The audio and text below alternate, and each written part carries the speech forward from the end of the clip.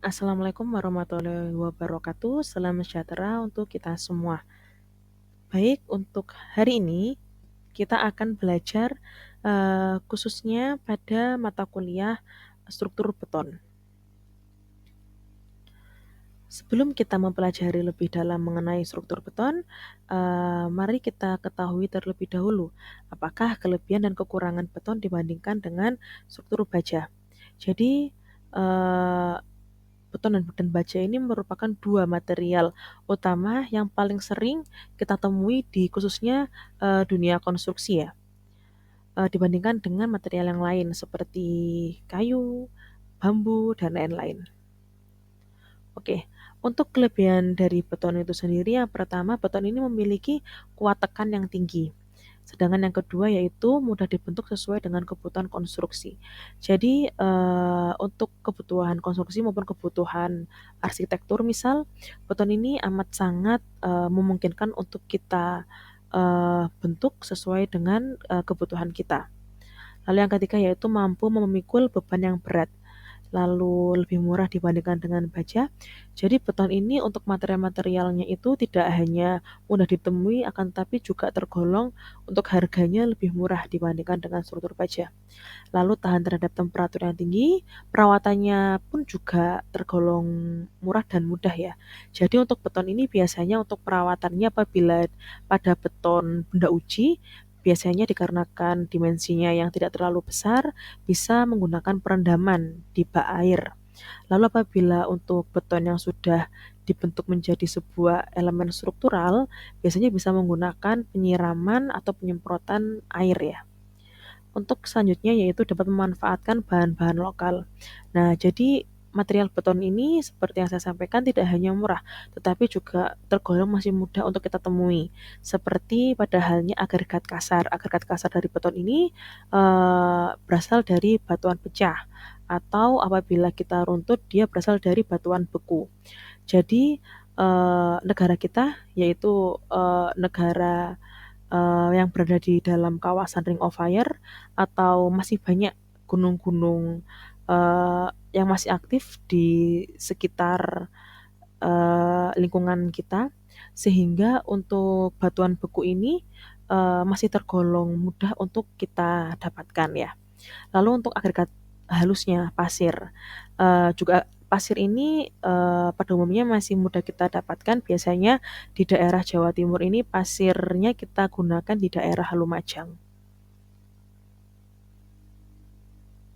Lalu untuk kekurangan dari beton yang pertama yaitu beton memiliki kuat tarik yang lebih rendah sekitar 1/10 dari kuat tekannya. Lalu yang kedua, proses pengerjaan yang membutuhkan perhatian lebih untuk mencapai mutu yang diinginkan. Jadi untuk pembuatan beton ini memang membutuhkan tingkat kefokusan dan ketelitian yang lebih tinggi ya. Eee, karena beberapa prosesnya memang harus diperhatikan dan yang paling penting adalah sesuai dengan peraturan. Sehingga mutu rencana yang kita tentukan sebelumnya itu bisa tercapai, harapannya seperti itu. Lalu yang ketiga, ukuran dan dimensi penampang struktur beton ini umumnya lebih besar dibandingkan dengan struktur baja. Lalu yang keempat, adanya retakan pada beton akibat susut beton dan beban yang bekerja. Jadi beton ini memang rawan terjadinya susut dan rangkak. Selanjutnya yaitu penggunaan struktur beton. Untuk penggunaan struktur beton itu sendiri pada umumnya digunakan di tiga tipe konstruksi. Yang pertama struktur bangunan, yang kedua struktur kekerasan jalan, yang ketiga struktur jembatan. Pada struktur bangunan ini sebenarnya pada umumnya elemen strukturalnya bisa menggunakan struktur beton semua ya, seperti balok, kolom, plat lantai, dinding, semuanya bisa kita gunakan struktur beton. Bahkan untuk pondasinya pun kita juga menggunakan materialnya beton juga bisa. Lalu selanjutnya yaitu struktur perkerasan jalan. Untuk struktur perkerasan jalan ini mungkin terdiri dari dua ya, dari dua tipe. Yang pertama rigid pavement dan yang kedua yaitu flexural pavement. Maaf, flexibility pavement. Jadi untuk rigid pavement ini, nah di rigid ini terutama materialnya yang kita gunakan yaitu beton. Lalu yang ketiga yaitu struktur jembatan. Pada struktur jembatan ini sebenarnya tergantung pada tipe jembatan yang akan kita tentukan. Nah, ada struktur jembatan dengan jenis jembatan beton bertulang. Pada jembatan beton bertulang, untuk betonnya ini tentunya bisa kita gunakan di elemen-elemen strukturnya, seperti pada girdernya, balok memanjang, maupun diafragmanya, maupun lantai kendaraannya pun juga bisa kita gunakan dengan menggunakan beton, dan tiang sandarannya juga bisa menggunakan beton ya. Lalu selanjutnya yaitu perilaku dari beton bertulang. Baik, seperti yang sudah saya sampaikan bahwa beton ini memang lemah terhadap tekan, sehingga pada gambar yang sebelah kiri terlihat bahwa apabila terdapat suatu balok beton yang tidak ada baja tulangannya, apabila dikenai sebuah beban di atas beban lentur, maka cenderung akan mengalami kolaps atau retak di bagian bawahnya. Bagian serat atas mengalami tekan dan serat bawahnya mengalami tarik.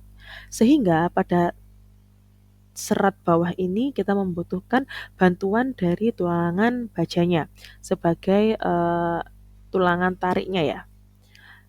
Dan posisi dan letak dari tulangan baja tarik ini amat sangat dipengaruhi dari momen maksimum struktur kita. Untuk yang digambar balok sederhana, terlihat bahwa tulangan tariknya diletakkan di bawah. Jadi apabila ada balok dengan tumpuan sederhana, untuk momennya sudah pasti akan terjadi momen maksimumnya di momen positif di bawah ya. Lalu untuk balok cantilevernya, momen maksimumnya berada di momen negatif di atas, maka dari itu untuk tulangan tariknya kita letakkan di bagian serat atas. Sehingga apabila ada sebuah struktur balok dan kolom, untuk posisi dari tulangan tariknya apabila pada tumpuan maka diletakkan di atas, dan pada posisi lapangan tulangan tariknya akan diletakkan di bagian bawah.